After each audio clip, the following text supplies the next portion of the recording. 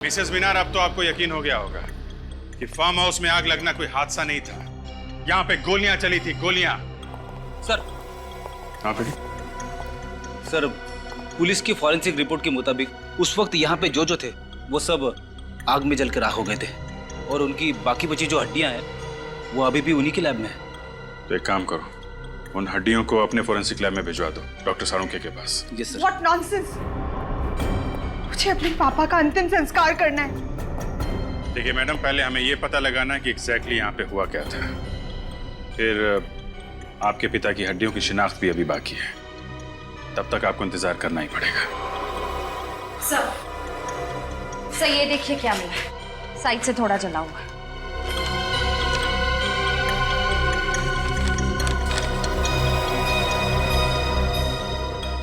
DNA print. हड्डियां तो बुरी तरह जल गई हैं, इनके चेहरे अच्छे से बन पाएंगे? हाँ अभिजीत, इस फेस कंस्ट्रक्शन सॉफ्टवेयर के जरिए आप मौका वारदात पर पाई गई खोपड़ी का फेस कंस्ट्रक्ट करने की कोशिश तो करो।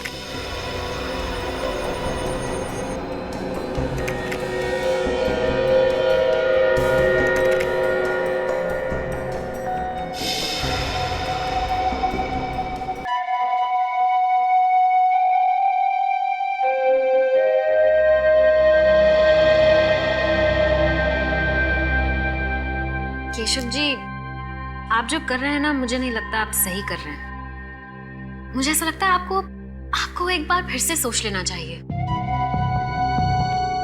शिमोना सही कह रही है सर, भावनाओं में बहकर आप ये निर्णय ले रहे हैं। बिल्कुल सर, और हम तो आपके शुभचिंतक हैं, आपको सिर्फ इसके परिणाम से वाकिफ करा रहे हैं। आप जो कर रहे हैं ना, उससे आपकी जान को खतरा हो सकता है। बस प्रणय, मैंने अपना डिसीजन ले लिया है और मेरा डिसीजन किसी भी हालत में बदलने वाला नहीं है। मुझे किसी से डर नहीं। आने दो उसको, फिर देखते हैं। अमन, बोलो कि कोई अच्छी खबर लाए हो। अच्छी खबर ही लाया हूं। आप जो सोच रहे थे वही सही है। ये देखिए।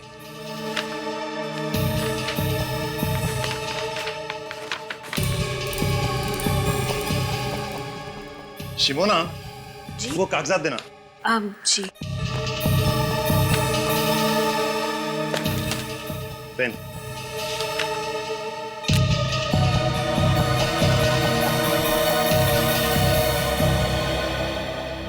केशवनाथ जी, आपका काम हो गया। अब आप बेफिक्र हो जाइए। मुझे नहीं लगता ये इतना आसान है।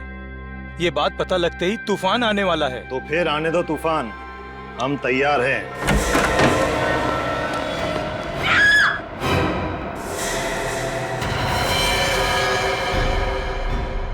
तुम्हें चेतावनी दी गई थी मिस्टर केशव, और चेतावनी सिर्फ एक बार दी जाती है, अगली बार तो सिर्फ गोली।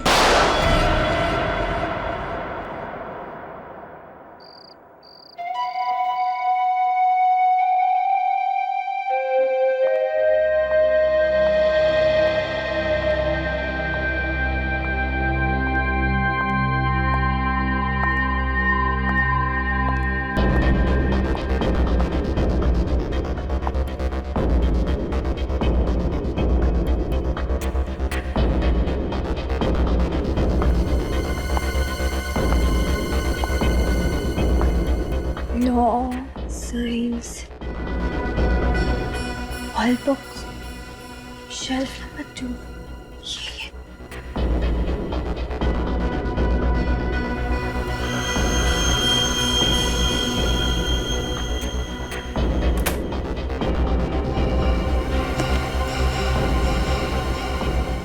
The World Atlas and Encyclopedia. यही बुक है।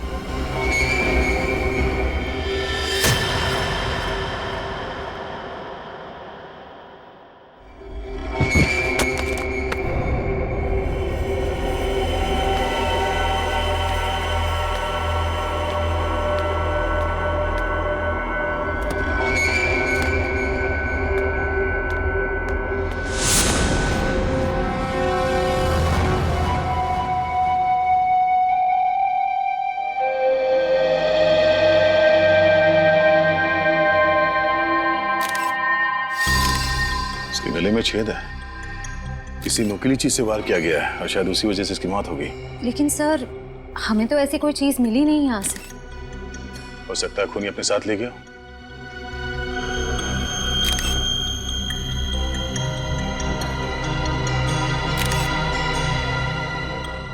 सर, कोई मोबाइल, कोई आईडी कार्ड नहीं है।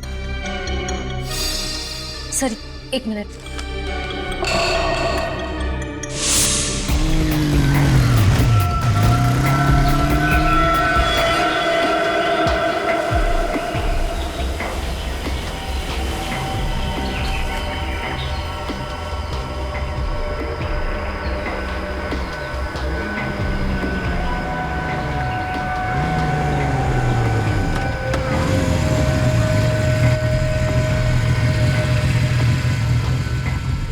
क्या करना है मुझे?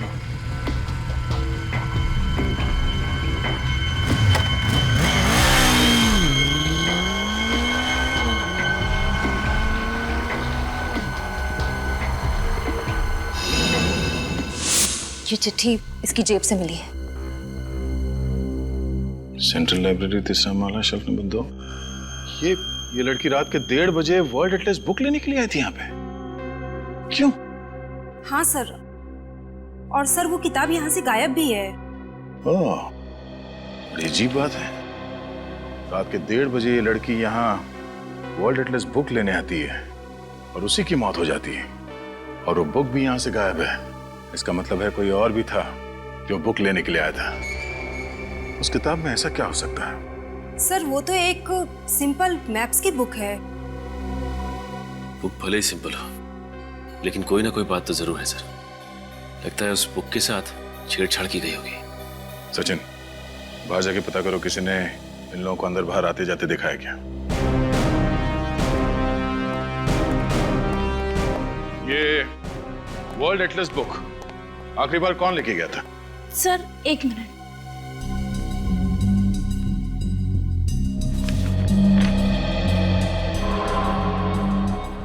सो मिस्टर अमन। अमन? अमन, बोलो कि कोई अच्छी खबर लायो। ये अमन यहाँ का मेंबर होगा ना? जी सर। जरा उसका एड्रेस देना।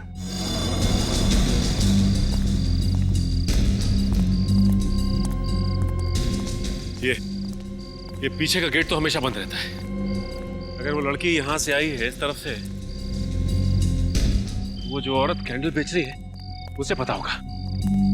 लो पूछते हैं। Excuse me.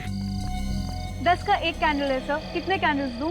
देखिए, हम लोग कैंडल लेने नहीं आए, आपसे कुछ पूछना था। आप यहाँ पर कब से हैं? जी मैं शाम से लेके सुबह तक यहाँ बैठती हूँ, कैंडल बेचती हूँ। यहाँ पास में चर्च है, यहाँ देर रात तक लोग कैंडल जलाने आते हैं। क्यों, क्या हुआ मैम?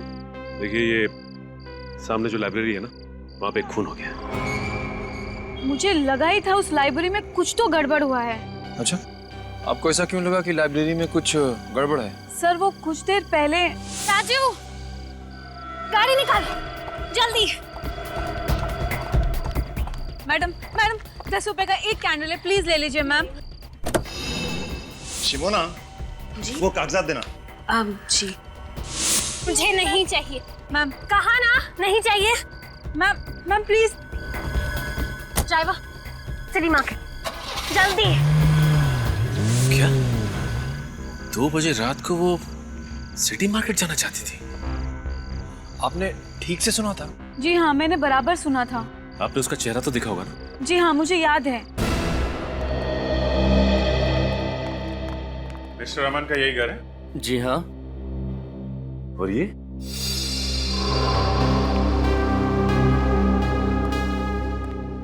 क्या आप यही अमन जी हैं? हाँ सब, इन्हें मैंने हाल में कहीं देखा है। हाँ सर, चेहरा जाना पहचाना लग रहा है, लेकिन याद नहीं आ रहा है कहाँ देखा है सर। जरूर देखा होगा, अमन सर बहुत बड़े वकील हैं, आपने टीवी पर किसी इंटरव्यू में देखा होगा उन्हें। अच्छा, तो आपके साहब बड़े वकील हैं? हाँ। कहाँ गए? ऑफिस? नहीं, आज सुबह वो अपना सामान लेकर के शहर से बाहर चले गए। इस अमन जी ने आखिरी बार लाइब्रेरी से वर्ल्ड एटलस की किताब ली और लाइब्रेरी में वापस कर दी। उसके बाद से गायब है। अमन जी का कमरा कहाँ है?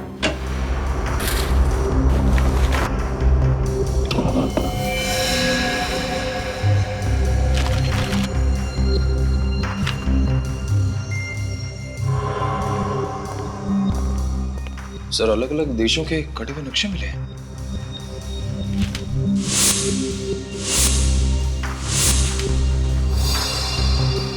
सर ये सारे कटे हुए नक्शे तो सर वो तो एक सिंपल मैप्स की बुक है। वर्ल्ड एटलस बुक है। अमन जी ने इसे कैंची से इस तरह से काटा क्यों होगा? उस वर्ल्ड एटलस बुक को हथियार बनाने के लिए। उस बुक में से सारे पन्ने काटे, उसके अंदर कोई नुकीली चीज रखी जो किताब खुलते ही पिस्टन के जरिए तेजी से बाहर निकली और उस लड़की का खून हो गया। सर अमन का फोन बंद आ रहा है। वो तो होना ही था। सर ये देखिए सर, फटे हुए music notes. Music notes? Sir उसने म्यूजिक नोट फाड़ के फेंका क्यों होगा? लेकिन अमन सर को तो संगीत का शौक ही नहीं है। तो ये देखिए, ये वायर और ये स्प्रिंग।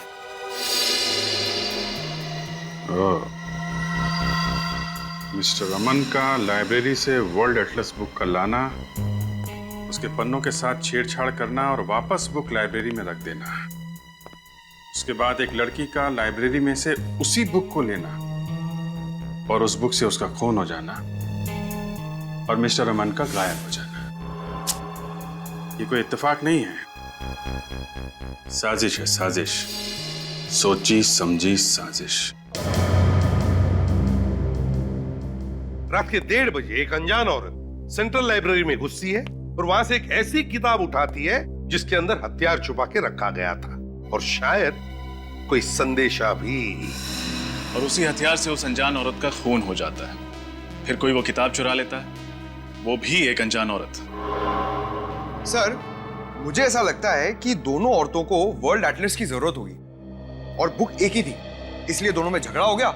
दूसरी वाली औरत ने पहली वाली को मार दिया और बुक ले ली। सर रात के 1:30 बजे एटलस को लेकर दोनों औरतों के बीच में झगड़ा हुआ और एक ने दूसरे को मार दिया, केस खत्म, है ना?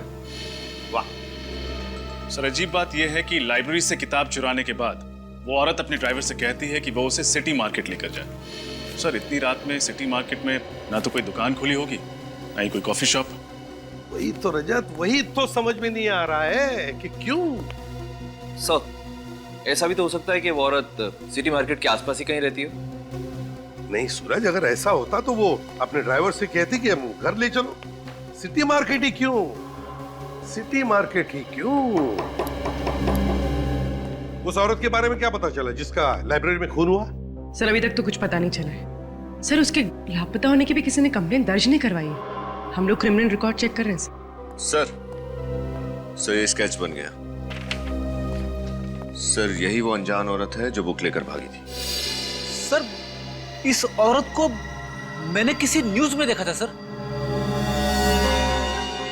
न्यूज में?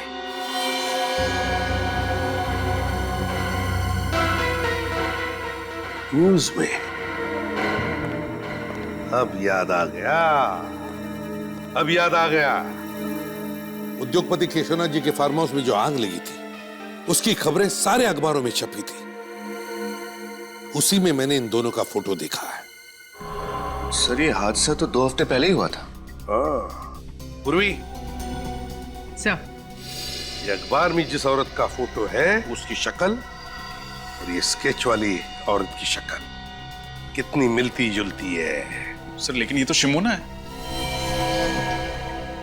मैम आपने पक्का इसी औरत को देखा था? जी सर, पक्का मैंने इसी को देखा था।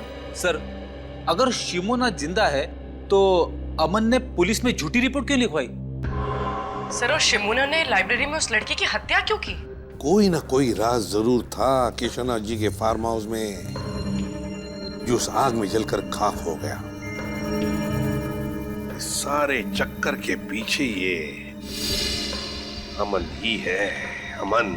हाँ सर, इसलिए मिस्टर अमन ने शिमोना जी के लिए वो म्यूजिक नोट्स में वो संदेशा छोड़ा होगा, क्योंकि दोनों खुले में तो आमने सामने आ नहीं सकते थे। अमन और शिमोना, क्या क्या कनेक्शन हो सकता है इन दोनों के बीच में? तो फिर ये शिमोना इतनी रात गए सिटी मार्केट किस लिए गई थी? सर अमन के घर से हमें कुछ फटे हुए कागज मिले जिन पर कुछ म्यूजिकल नोट्स लिखे हुए। सर इस वर्ल्ड एटलस का म्यूजिकल नोट से क्या कनेक्शन हो सकता है? उस वर्ल्ड एटलस में कुछ तो ऐसा होगा जिसकी वजह से शिमोना सीधे इस मार्केट में आ गई। सर रात के समय लाइब्रेरी से सिटी मार्केट पहुंचने में लगभग 10-15 मिनट लगते हैं। उस कैनल बेचने वाली औरत ने हमसे कहा था कि उसने शिमोना को 1:45 बजे देखा होगा, तो वो इस मार्केट में 2 बजे तक पहुंच गई होगी। हाँ, लेकिन उस समय तो मार्केट बिल्कुल सुनसान रहा हो। मुझे नहीं लगता कि किसी ने शिमोना को या उसकी गाड़ी को देखा होगा। फिर भी ट्राई करते हैं, हो सकता है किसी ने कुछ देखा हो। तुम इस तरफ पूछो, मैं उस तरफ के दुकानदारों से पूछता हूँ।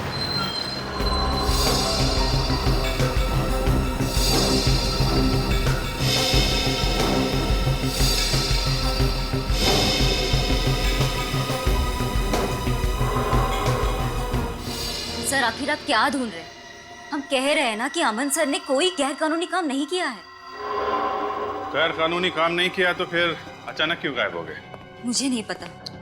कोई भी वकील बिना किसी को बताए अपने सारे कोर्ट केसेस छोड़ के वेकेशन पे तो जाएगा नहीं, और अगर जाएगा तो कम से कम अपनी पर्सनल सेक्रेटरी यानी आपको तो बता के जाएगा। लेकिन उन्होंने मुझे कुछ नहीं बताया। और अगर नहीं बताता है तो इसका मतलब है कि वो कोई गलत काम कर रहा है और वो नहीं चाहता है कि उसके बारे में किसी को पता चले।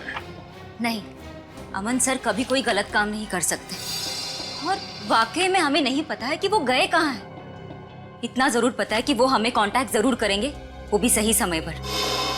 अब आप ही बताइए साहब, इतनी छोटी सी चीज चुराने के लिए मेरी दुकान का ताला तक तोड़ डाला। मेरी तो समझ में नहीं आ रहा कि वो चोर था या फिर कोई पागल था। और कुछ तो चोरी नहीं हुआ दुकान से? नहीं साहब, और कुछ तो चोरी नहीं हुआ। चलो ठीक है, आइए मेरे साथ। उर्वी, एक्सक्यूज मी, हम लोग सीआईडी से। सर क्या हुआ क्या यहाँ पे? सर वो कल रात को मेरे म्यूजिक स्टोर में ताला तोड़कर एक चोर घुस आया था, और सर वो केवल एक म्यूजिक बॉक्स के अलावा और कुछ भी चुरा कर नहीं ले गया। एक ही म्यूजिक बॉक्स? उसके अलावा उसने कुछ भी नहीं चुराया? जी मैडम, वो चोर देर रात को आया होगा जब पूरा मार्केट बंद हो जाता है, चारों ओर सुनसान हो जाता है, तभी तो किसी ने कोई आवाज भी नहीं सुनी। हो सकता है शिमोना ने ही वो म्यूजिक बॉक्स चुराया। अच्छा, ये म्यूजिक बॉक्स आपके पास था कब से? सर कल सुबह ही एक सेल्समैन देकर गया था। कल सुबह? जी मैम, उस सेल्समैन ने बतौर सैंपल वो म्यूजिक बॉक्स मेरे पास रखा था और कहा था कि एक म्यूजिक कंपनी ने एक नया आइटम लॉन्च किया है, वो म्यूजिक बॉक्स में कस्टमर को दिखाकर मैं और 20 के ऑर्डर भी ले लूंगा। और उसने कहा कि वो 2 दिन के बाद आएगा ऑर्डर लेने के लिए, तभी वो सैंपल वाला म्यूजिक बॉक्स लेकर जाएगा। सर उसने वो सैंपल पीस बेचने के लिए मना किया था। अब आप ही बताइए मैं उसको क्या जवाब दूंगा। ये सेल्समैन पहले भी आया था आपकी दुकान पर? जी नहीं सर, वो सेल्समैन हमारे लिए नया था, पहले कभी नहीं देखा। यही था? हाँ सर, यही था वो आदमी। Thank you. मुझे लगता है अमन यहाँ सेल्समैन बनकर आया और उसने इस दुकानदार को वो म्यूजिक बॉक्स बतौर सैंपल दिया ताकि ये दुकानदार उसे बेच ना पाए और शिमोना आकर उसे चुरा ले। सर जरूर उस किताब में कोई कोड या मैसेज होगा जिसमें लिखा होगा कि शिमोना को म्यूजिक बॉक्स इस मार्केट से चुराना है। लेकिन सेंट्रल लाइब्रेरी से सिटी मार्केट से म्यूजिक बॉक्स, ये कोड्स का चक्कर कुछ समझ में नहीं आया।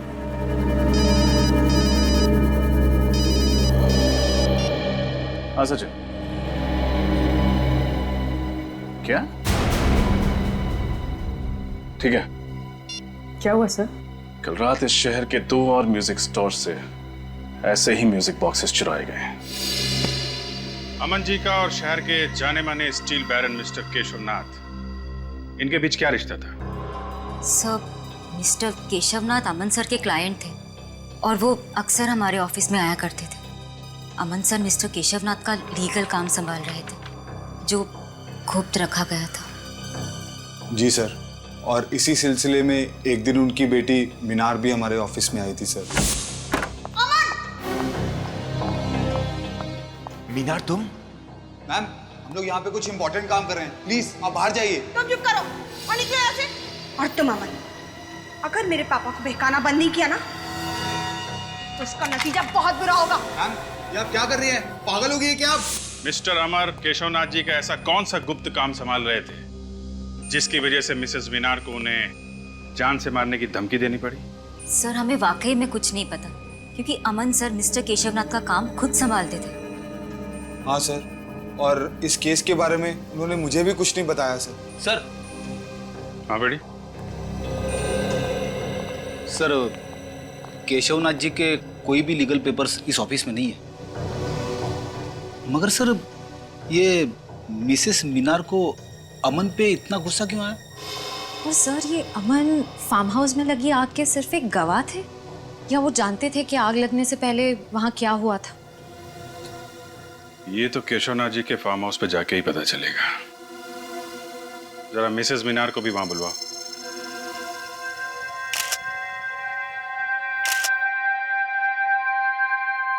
आप लोग इस पूछताछ से हमें कब बख्शेंगे? 2 हफ्ते पहले हुए इस हादसे को आप लोग भूल क्यों नहीं जाते? माना कि फार्म हाउस में आग लगी थी, but it was just an accident. Relax Minar, relax. CID वाले आपके पापा का फार्म हाउस का तलाशी लेना चाहते हो तो लेने दो, उन्हें उनका काम करने दो। थैंक यू मिस्टर भास्कर, कम से कम आप हमारे काम को समझते हैं। देखिए मिसेस मीनार, हम सिर्फ अपनी ड्यूटी कर रहे हैं।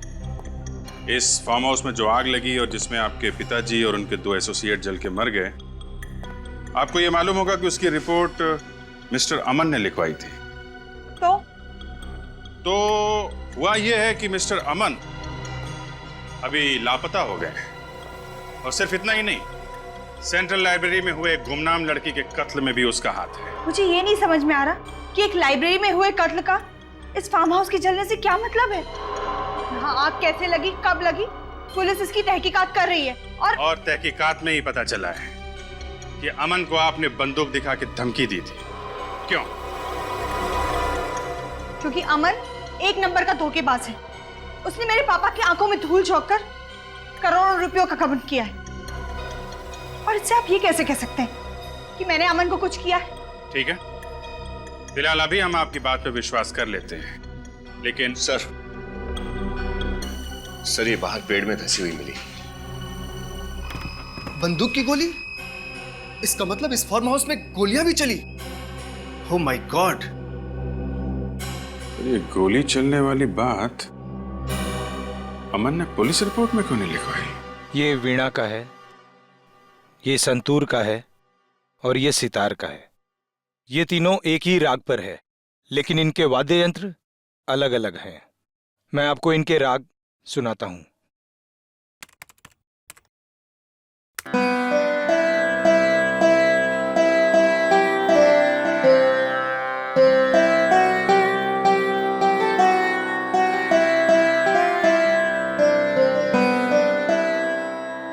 ये वीणा था, अब आप संतूर सुनिए।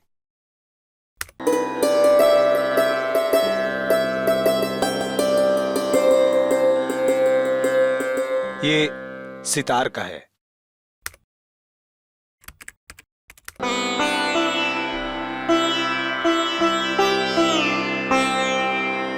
कहीं इन नोट्स में कुछ छुपा हुआ संदेश तो नहीं है, कोई हिडन मैसेज? नहीं नहीं, ये तो शुद्ध संगीत है। अब आपके वक्त और आपकी मदद के लिए शुक्रिया। नमस्कार। ये अमन तो एक वकील है ना, तो भला एक वकील शिमोना को शास्त्रीय संगीत के जरिए अपना मैसेज क्यों भेजेगा? सर, और शिमोना ने वही म्यूजिक बॉक्सेस चुराए हैं जिसपे ये एक ही राग 3 अलग अलग म्यूजिकल इंस्ट्रूमेंट्स पे बजाए गए हैं। सर हो सकता है कि इन 3 अलग अलग इंस्ट्रूमेंट से बजाया गया राग किसी व्यक्ति या किसी जगह के बारे में इशारा कर रहा हो। अब बस ये पता करना है कि संगीत के ये सुर किस जगह या फिर किस इंसान से जुड़े हुए हैं। मिसेस मीनार, अब तो आपको यकीन हो गया होगा कि फार्म हाउस में आग लगना कोई हादसा नहीं था। यहाँ पे गोलियां चली थी, गोलियां। सर। हाँ बेटी। सर, पुलिस की फॉरेंसिक रिपोर्ट के मुताबिक उस वक्त यहाँ पे जो थे वो सब आग में जलकर राख हो गए थे, और उनकी बाकी बची जो हड्डियां हैं वो अभी भी उन्हीं के लैब में है। तो एक काम करो, उन हड्डियों को अपने फॉरेंसिक लैब में भिजवा दो, डॉक्टर सारुंके के पास। Yes sir. What nonsense! मुझे अपने पापा का अंतिम संस्कार करना है। देखिए मैडम, पहले हमें ये पता लगाना कि एग्जैक्टली यहाँ पे हुआ क्या था, फिर आपके पिता की हड्डियों की शिनाख्त भी अभी बाकी है। तब तक आपको इंतजार करना ही पड़ेगा। सर ये देखिए क्या मिला, साइड से थोड़ा जला हुआ।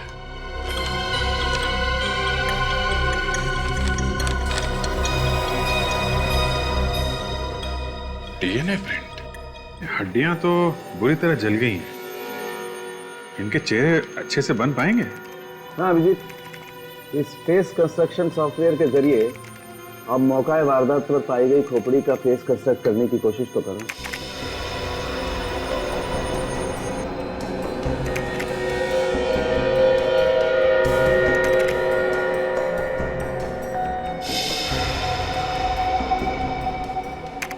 ये देखिए, इसमें कोई भी केशवनाथ जी या शिमोना जैसा नहीं दिखता, लेकिन ये तो प्रणय है। यानी कि प्रणय वाकई में उस रात जल के मर गया था? नहीं फ्रेडी, प्रणय की मौत गोली लगने की वजह से हुई। और ये दोनों कौन है? मेरे जरा इन लोगों को बुला के ला। आइए।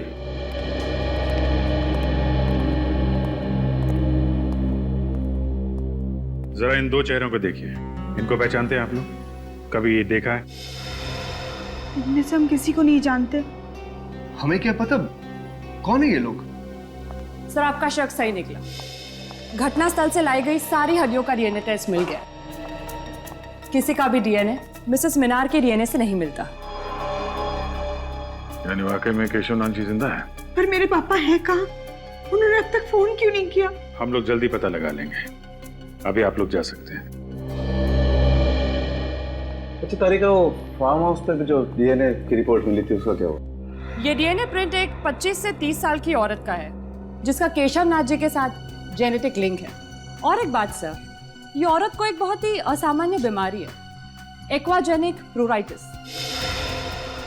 ये बीमारी है क्या? यह एक बहुत ही रेयर जेनेटिक डिसऑर्डर है। इसके रोगी को पानी से एलर्जी होती है। जरा सा भी पानी अगर शरीर में कहीं भी लग जाए तो बहुत जबरदस्त एलर्जी होती है, खुजली होती है। बारिश का पानी, पसीना, यहाँ तक कि हवा में अगर जरा सी नमी भी बढ़ जाए तो रिएक्शन होता है। और इस इंसान को इतनी खुजली होती है कि कई बार तो इसकी मौत हो जाती है खुजली की वजह से। तो बहुत भयानक बीमारी है। ऐसे पेशेंट जिंदा कैसे रहते हैं? एंटी एलर्जिक दवा खा करके, ताकि इससे लड़ने की क्षमता बढ़ा सके। ऐसे रोगी को हॉस्पिटल में अल्ट्रावायलेट बी पॉजिटिव फोटोथेरेपी दी जाती है। ये पेशेंट्स पानी पी सकते हैं? पी सकता है, लेकिन सिर्फ मिनरल वाटर। अगर जरा सा भी क्लोरीन का पानी पिया तो पूरे शरीर में बुरी तरह से रैशेज हो जाते हैं। सिर्फ मिनरल वाटर? पानी के? अच्छा, ओके,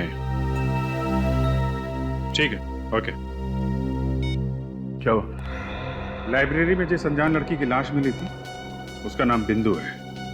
वो एक गुनहगार थी और जेल में सजा भी काट चुकी थी।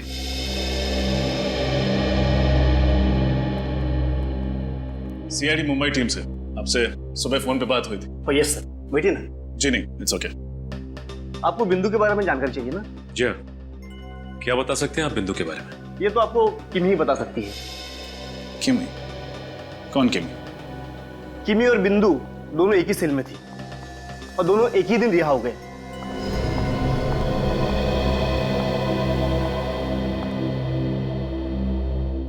किमी देखो, हम तुम्हें डराने या धमकाने नहीं आए।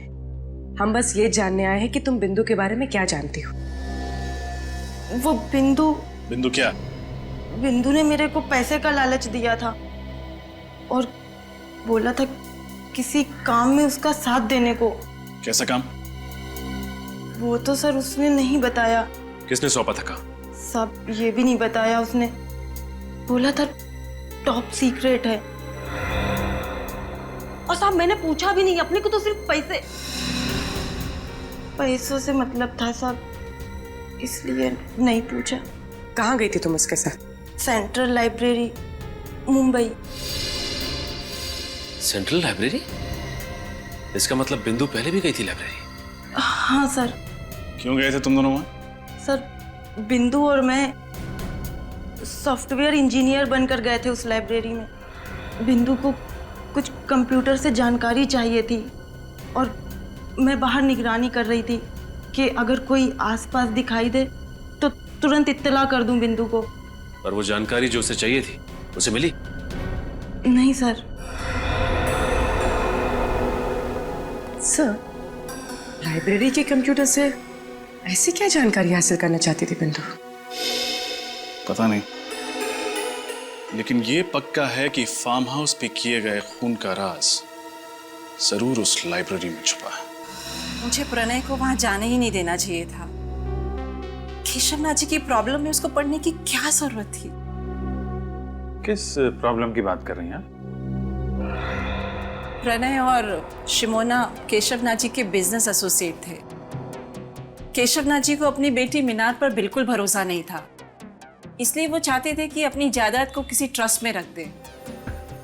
प्रणय और शिमोना उन्हें मनाने की बहुत कोशिश कर रहे थे कि अपनी बेटी के साथ ऐसा ना करें। और मीनार को केशवनाथ जी के इस फैसले के बारे में मालूम था क्या? जी, ये तो मैं नहीं जानती, लेकिन फार्म हाउस में आग लगने के एक हफ्ते पहले प्रणय ने मुझसे कहा था कि केशवनाथ जी ने अपनी जायदाद को ट्रस्ट में देने का फैसला बदल दिया है। और उसकी वजह? क्योंकि उन्हें कोई और वारिस मिल गया था। नया वारिस? हाँ, केशवनाथ जी को वसीयत बनाने से पहले उसके बारे में कुछ कंफर्म करना था। ये डीएनए प्रिंट एक 25 से 30 साल की औरत का है जिसका केशवनाथ जी के साथ जेनेटिक लिंक है। इसका मतलब वो डीएनए प्रिंट उस दूसरी लड़की का था जिसे केशवनाथ जी अपनी जायदाद का वारिस बनाना चाहते थे। क्या प्रणव जी ने उस नए वारिस का नाम बताया था आपको? यही पता करने के लिए तो वो फार्म हाउस गए थे उस दिन, लेकिन फिर वापस ही नहीं आए। मतलब ये सारा केस केशवनाथ जी की जायदाद से जुड़ा हुआ है, जो अपनी बेटी को नहीं बल्कि किसी और रिश्तेदार को देना चाहता है। और वो डीएनए प्रिंट जो केशवनाथ जी के जले हुए फार्म हाउस से मिले वो उसी रिश्तेदार के होंगे। किसी के डीएनए प्रिंट मिलने से ये कैसे साबित होगा कि वो केशवनाथ जी के रिश्तेदार के हैं? सूरज, इंसान दो ही वजह से डीएनए टेस्ट करवाता है, या तो उसे रिश्ता साबित करना होता है या फिर बीमारी के बारे में, जेनेटिक बीमारी के बारे में पता करना होता है। लगता तो यही है कि केशवनाथ जी ने डीएनए टेस्ट के जरिए रिश्तेदारों की पहचान करने की कोशिश की है। हमें ये कैसे पता चलेगा कि वो डीएनए प्रिंट किस रिश्तेदार का है? किमी बता रही थी कि बिंदु और वो जब जेल से छूटी तो दोनों सेंट्रल लाइब्रेरी में गई थी उस कंप्यूटर से कुछ इंफॉर्मेशन निकालने के लिए। सर, इसका मतलब वो 25-30 साल की लड़की जिसे डीएनए रिपोर्ट के मुताबिक पानी की एलर्जी है, वो इसी लाइब्रेरी में काम करती है। एग्जैक्टली। मतलब सर, हमें ना सिर्फ केशवनाथ जी, अमन और शिमोना को खोजना है बल्कि लाइब्रेरी में काम करने वाले उस गुमनाम वारिस का भी पता लगाना है। ये केशवनाथ जी, अमन और शिमोना को ढूंढेंगे कैसे? रेडी, भले उन तीनों के मोबाइल फोन बंद हो, भले उनके बैंक अकाउंट में कोई लेन देन ना हो, लेकिन हर चीज के लिए पैसा तो लगता ही है। कोई ना कोई तो उन्हें पैसे भेजता ही होगा। बस उन्हें ढूंढ लेंगे। लेकिन कौन सर? केशवनाथ जी और शिमोना के जान पहचान वालों के मुताबिक वो दोनों मर चुके हैं। दया, ये अमन तो जिंदा है, और फिर अभिजीत ने तो कहा ही था ना कि अमन की सेक्रेटरी विनीता काफी वफादार है। सर, उन 3 म्यूजिक बॉक्सेस का क्या राज है? वो अमन ने शिमोना के लिए 3 अलग-अलग दुकानों में क्यों रखे थे? अमन को पता था कि कोई उसका पीछा कर रहा है, इसीलिए वो तीनों म्यूजिक बॉक्सेस में शिमोना के लिए संदेश भेजता था। दया, लेकिन पता लगाना पड़ेगा इस केशवनाथ जी का म्यूजिक से क्या संबंध है। और एक काम, इस अमन की सेक्रेटरी विनीता पर नजर रखो, विनीता पर नजर रखो।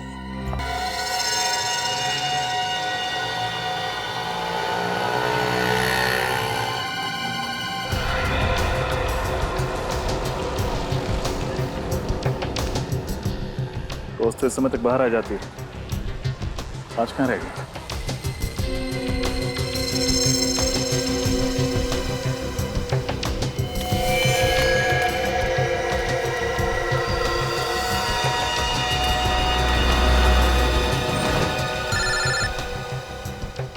सर ये पैदल ही आई है, शायद ऑटो का वेट करे। अच्छा।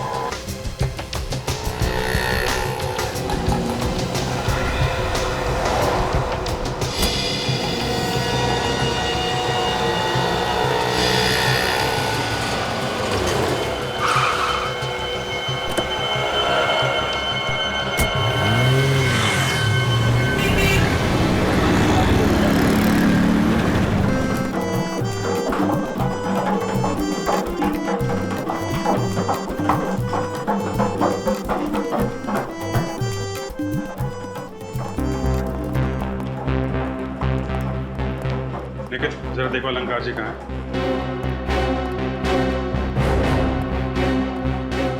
अरे भाई वो संतूर का क्या हुआ? अलंकार जी। जी अलंकार जी, हम सीआईडी से हैं और आपसे कुछ पूछताछ करना चाहते हैं। जी पूछिए। इस म्यूजिकल स्कूल को बनाने वाले केशवनाथ जी के फार्म हाउस में जिस दिन आग लगी उस दिन वो आपसे 2 बार मिलने आए थे, क्या ये सच है? जी हाँ, ये बात सच है। शिमोना यहाँ 3 म्यूजिकल बॉक्सेस लेकर आई थी।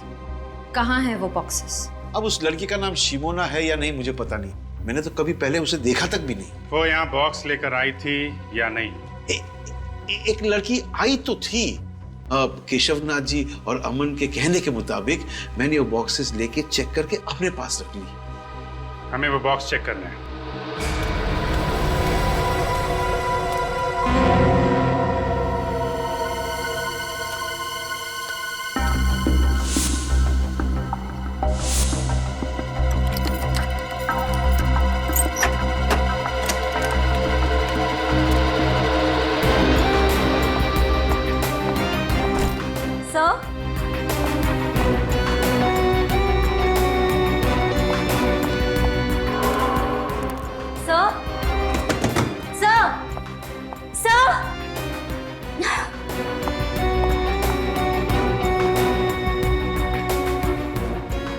चले गए सब के सब? गए होंगे किसी काम से।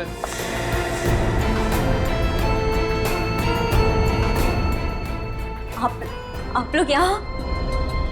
जी हाँ, हम लोग यहाँ क्योंकि हमारा तो काम ही है गुनहगारों को पकड़ना। लेकिन मैं गुनहगार नहीं हूँ। मैं सच में गुनहगार नहीं हूँ। कुछ नहीं किया है मैंने।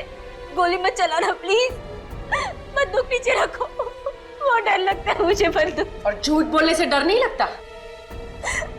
मुझे माफ कर दो सर। मैंने झूठ कहा था कि मैं अमन सर के बारे में कुछ नहीं जानती। मैं तो सिर्फ उनके ऑर्डर्स को फॉलो कर रही थी। अमन सर, मिस्टर केशवनाथ और शिमोना मैडम यही छुपे हुए थे। इसका मतलब ये तीनों इस षड्यंत्र में मिले हुए थे। तुम्हारे पास अमन और शिमोना का नंबर होगा? हाँ सर। फोन लगाओ, पूछो कहाँ है।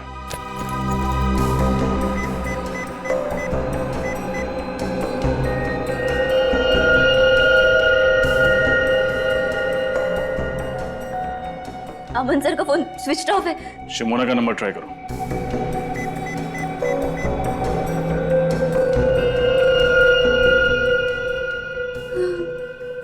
उनका फोन भी बंद है।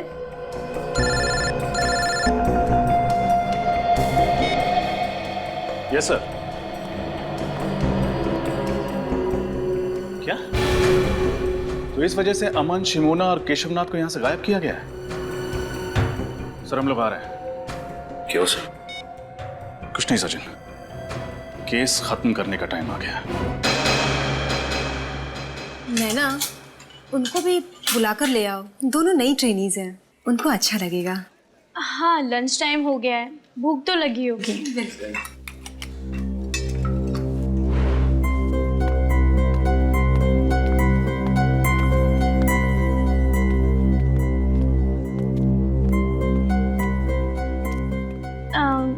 Excuse me. हाय, मेरा नाम नैना है। चलो साथ में लंच करते हैं। दीप्ति,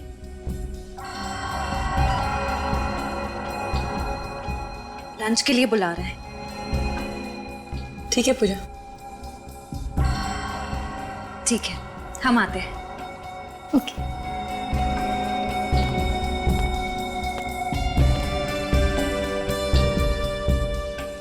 ये लाइब्रेरी बहुत बड़ी है, एक्स्ट्रा स्टाफ की ज़रूरत नहीं थी, फिर भी ट्रस्ट वालों ने तुम दोनों को यहाँ पर जॉब दी। अच्छी बात है। लेकिन हम लोग तो यहाँ बस कुछ ही दिनों के लिए हैं ट्रेनिंग पर। वैसे लाइब्रेरी में इतने ही स्टाफ मेंबर्स हैं या और कोई भी है? नहीं तो हम ही सब हैं, काम मैनेज हो जाता है। अब थैंक्स, मैं बाहर का पानी नहीं पीती, मैं अपना पानी खुद कैरी करके चलती हूँ। क्यों? आपका पानी हमारे पानी से अलग है क्या? हाँ, ये पानी घर से लेके आती है, इसे बाहर के पानी से एलर्जी है। पानी से एलर्जी? कहीं आप मजाक तो नहीं कर रही? वो मजाक नहीं कर रहे, सच्ची बोल रही है।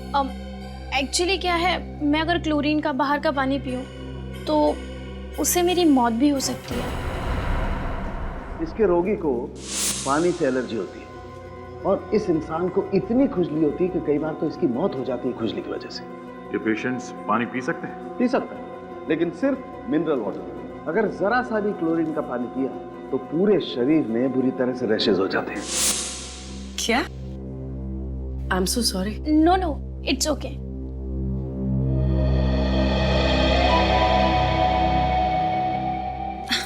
अरे मैं तो भूल ही गई। एवरीबडी एक्सक्यूज मी, मैं अभी आई।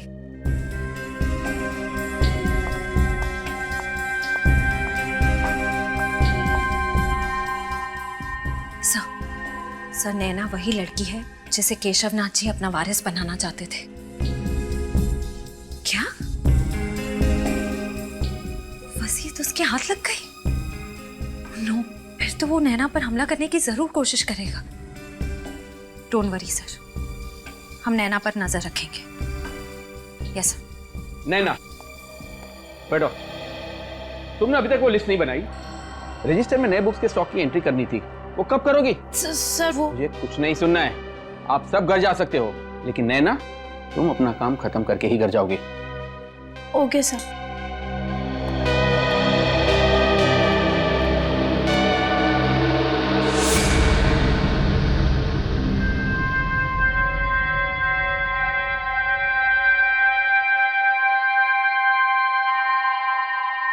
उफ,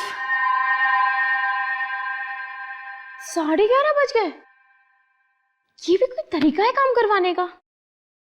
ये मैनेजर नहीं, हिटलर है, हिटलर। कल ना मैं इसकी लाइब्रेरी के ट्रस्टी से जरूर शिकायत करने वाली हूँ। और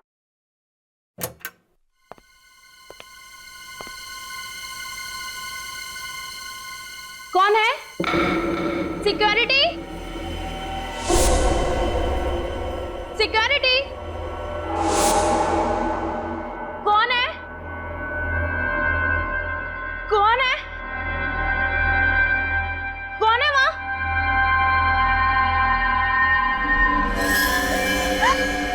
कौन हो तुम?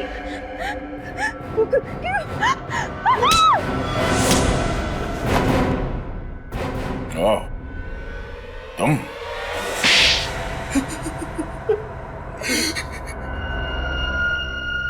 मैंने रात दिन इसलिए मेहनत नहीं की थी कि मेरे ससुर जी अपनी सारी जायदाद अपने किसी दूर के रिश्तेदार को खैरात में दे दे। मुझे शर्म आती है तुम्हें अपना दामाद कहते हुए। और आप अपनी सगी बेटी को छोड़कर किसी दूर के रिश्तेदार को अपनी सारी जायदाद कर देते हो। वो क्या अच्छा था? शुरू से बता हुआ क्या? हाँ, मैंने वो दो गुंडे केशवनाथ जी को फार्म हाउस पर मारने के लिए भेजे थे, मगर वो दोनों उस आग में जलकर राख हो गए। फिर मुझे पता चला अमन मुझसे कुछ छुपा रहा है, इसलिए मैंने उस पर नजर रखना शुरू कर दिया। फिर मुझे पता चला कि केशवनाथ जी और शिमोना उस आग में नहीं जले थे, दोनों बच गए थे। और सब उस व्हील को मुझसे छुपा रहे थे।